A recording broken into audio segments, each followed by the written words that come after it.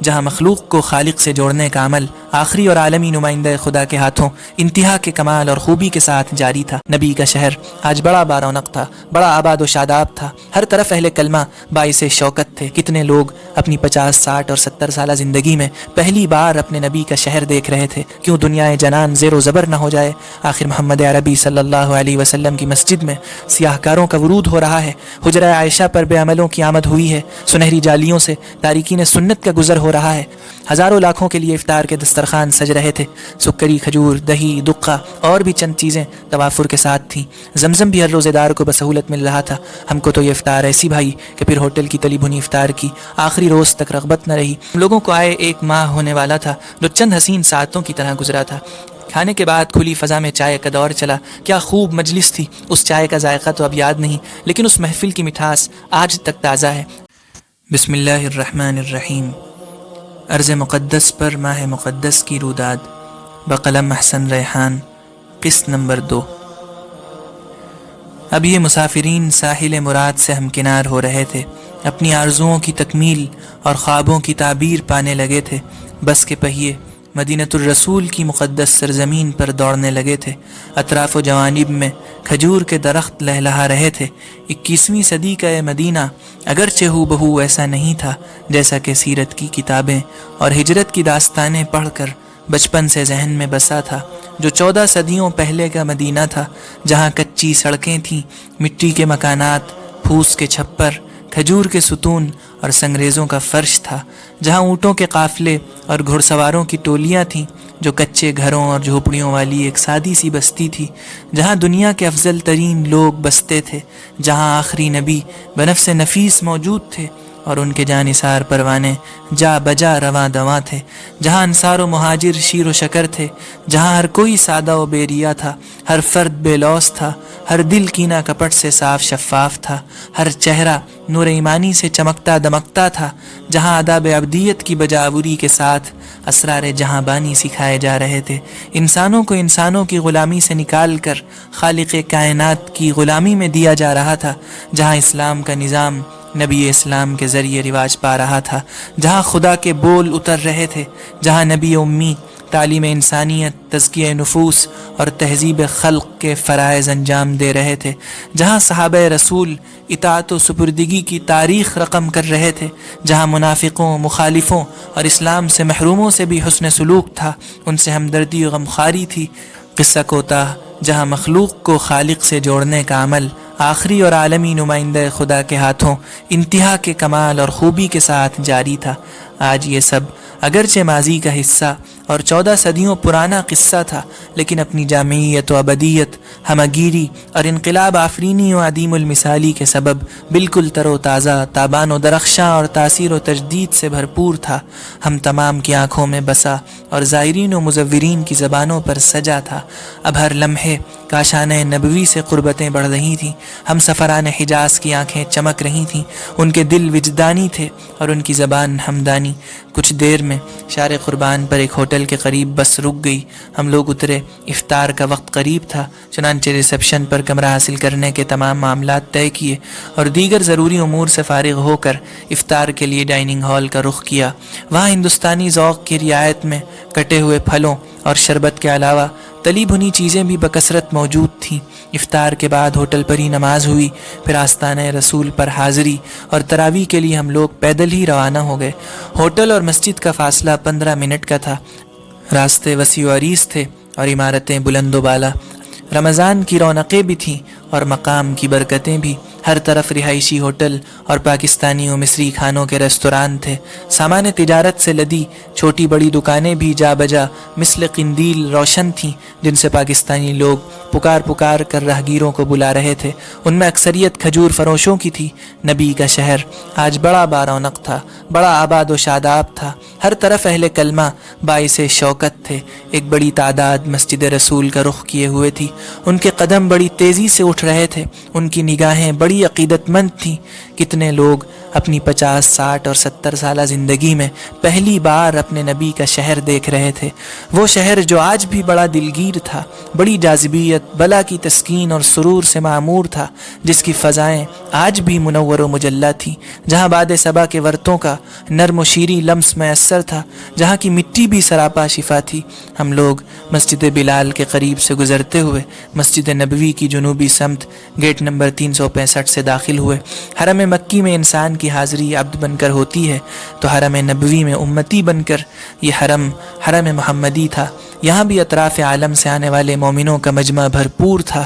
یہ قطع زمین امت محمدیہ کی دوسری مسجد تھی، نبی اور اصحاب نبی کے مقدس ہاتھوں سے جس کی پہلی تعمیر ہوئی تھی۔ یہاں سے آخری نبوت کا عالمگیر پیغام چہار دانگ عالم میں پہنچا تھا۔ یہاں سے عظیمتوں کے کارواں اعلاء کلمت اللہ کے لیے چہار سو روانہ ہوتے تھے۔ یہیں غازیان صف شکن مجلسیں سجاتے تھے، یہیں زبان نبوت آسمانی علم بانٹتی تھی۔ ہم لوگوں کی نگاہیں گنبد خضرا پر جا کر ٹھہر گئی تھیں، اس کے عالمگیر حسن کے دیدار میں مصروف تھیں۔ یہ ہرا گنبد نبی صلی اللہ علیہ وسلم کی قبر کی سائبانی کر رہا تھا۔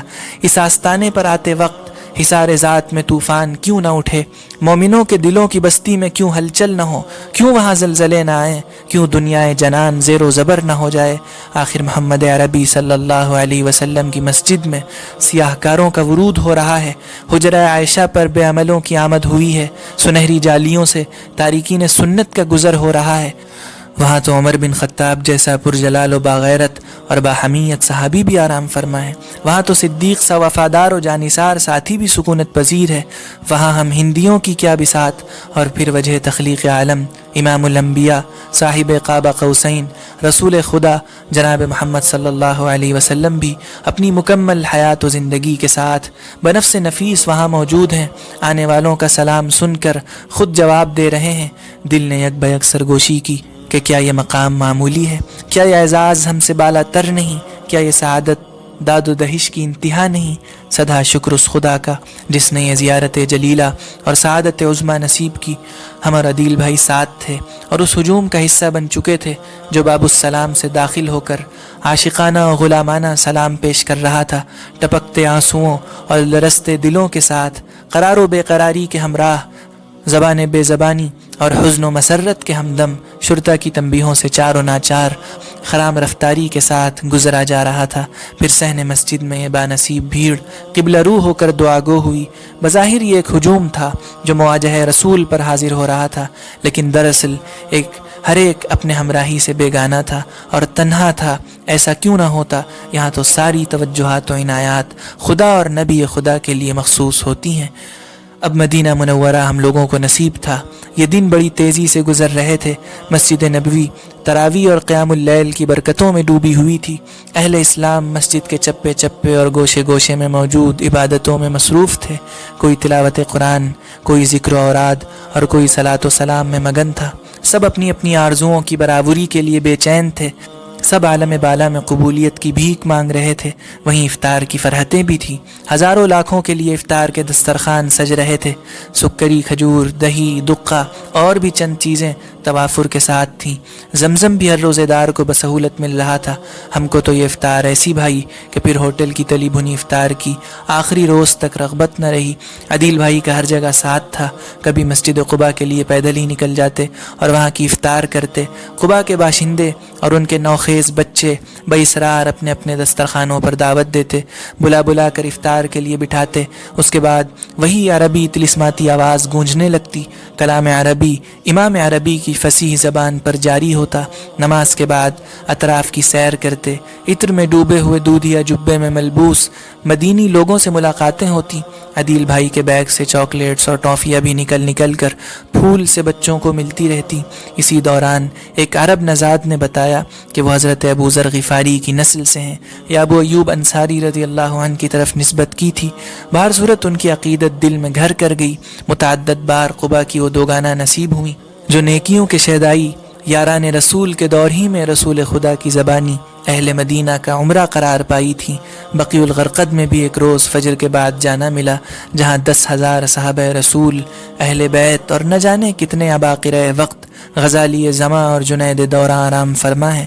مسجد نبوی میں ہندوستان سے لایا ہوا ایک شعری مجموعہ حوالے کرنے کے بہانے سعد بھائی سے ملاقات ہوئی، ان کے سخی دل اور اردو ادب کے ذوق سے شناسائی ہوئی، پھر آخری عشرے کے ایک بابرکت دن میں روضۃ الجنہ میں جانا نصیب ہوا، باغ جنت کی حاضری مقدر ہوئی۔ ہم فجر بعد کچھ دیر سو کر مسجد نبوی کے لیے تقریباً دوڑتے ہوئے نکلے اور اس قطار میں شامل ہو گئے جو مسجد کے صحن میں ریاض الجنہ جانے والوں کی لگی تھی۔ سب کی اپائنٹمنٹ کی تصدیق کے بعد باب جبرائیل کے سامنے ہمارے گروپ کو انتظار کے لیے بٹھایا گیا اور کچھ دیر بعد بالآخر وہ لمحہ بھی آیا جب آستانہ رسول اور حجرے و ممبر کے درمیانی قطع زمین پر قدم پڑے۔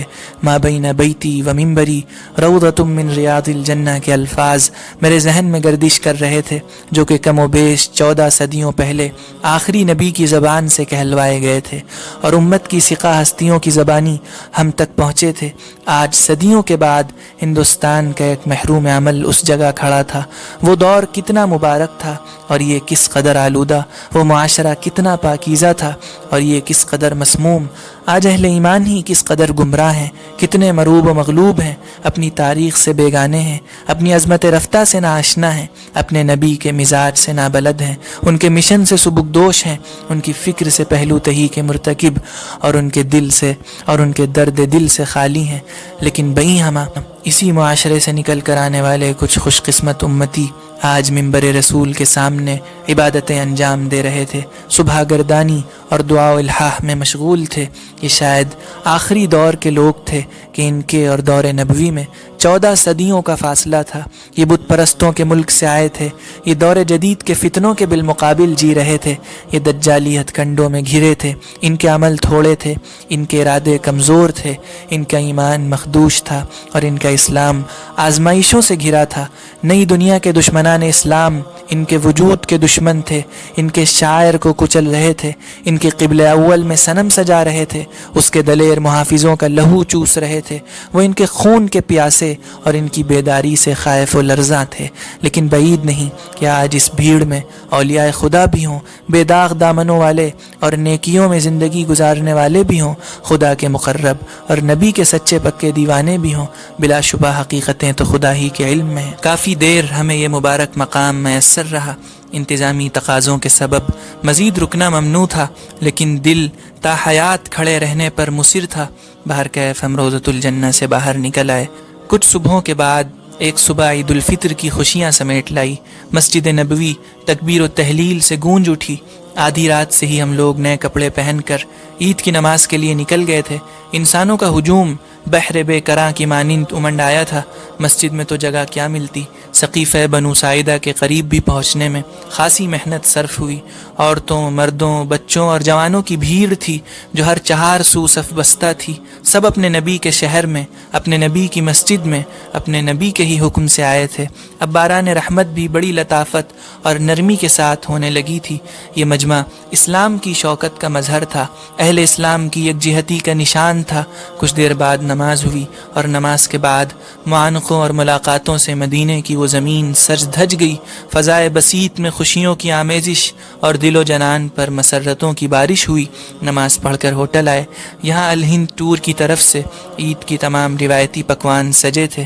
یہ دن گزر گیا اور ہم لوگوں کی واپسی کے دل خراش لمحے دستک دینے لگے۔ ہم لوگوں کو آئے ایک ماہ ہونے والا تھا جو چند حسین ساعتوں کی طرح گزرا تھا۔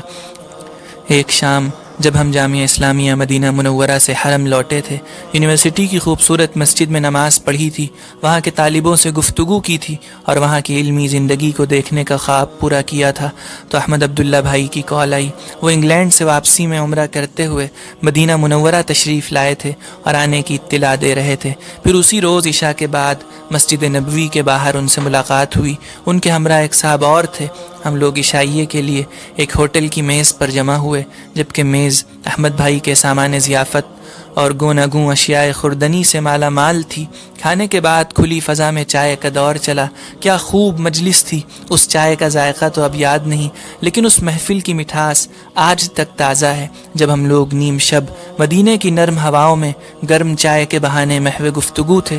ملک ہندوستان کے ایک وارث رسول کی زبان اصلاح و تذکیر کے بول رہی تھی، اس کا ہر جملہ اخلاص کے دریا سے سیراب اور تاثیر کے جلووں سے مالا مال تھا۔ موضوعات بدلتے رہے، دلچسپ واقعات، سبق آموز قصے اور رہنما جملے ہم لوگوں کی سماعتوں میں اترتے رہے۔ یہ احمد عبداللہ بھائی تھے جو اپنے تجربات و معلومات کی قندیلوں میں ہم نوواریدوں کو درست سمت کا پتہ دے رہے تھے، صحیح فکر سے آشنائی اور اصل مقصد سے آگہی کرا رہے تھے۔ وقت کافی گزر چکا تھا، رات کے کچھ پہر باقی تھے کہ یہ مجلس برخاست ہوئی، ساتھ ہی یادوں کی کتاب میں اپنے انمٹ نقوش چھوڑ گئی، اور حسن قسمت آج الفاظ کے نرغے میں بھی اس کی کچھ جھلکیاں سما گئیں۔ اگلا دن ہم لوگوں کے لیے واپسی کا بگل بجا رہا تھا۔ مسجد نبوی کے اس سفر کی آخری حاضری، وہاں کی آخری نماز، روضہ رسول اور بقیع کا آخری دیدار، مواجہہ نبی پر آخری سلام اور ہر چیز پر آخری حسرت آمیز نگاہ ڈالتے ہوئے ہم لوگ بوجھل دل کے ساتھ چاروں ناچار ایئرپورٹ کے لیے نکل گئے۔ کچھ گھنٹوں کے بعد مدینۃ الرسول میں رمضان المبارک کے انتہائی خوبصورت دنوں کی یادیں سمیٹے ہمارا کارواں ہوائی جہاز کی سیٹوں پر براجمان تھا، اور سرزمین رسول کو اس کی تمام تر برکتوں، رونقوں اور علامتوں سمیت پیچھے چھوڑ رہا تھا۔ اب یہ سنہرے دن، یہ انمول لمحے وقت کے رہوار تلے کچلے جا رہے تھے اور ماضی کی ایک دلچسپ کہانی کا روپ دھار رہے تھے۔ ہم ہندوستانی زائرین و معتمرین جنہیں محض خدا کی عنایت سے کچھ عرصہ مقدس شہروں میں گزارنا ملا تھا، واپس ہندوستان جانے کے لیے فضاؤں کے دوش پر آ چکے تھے۔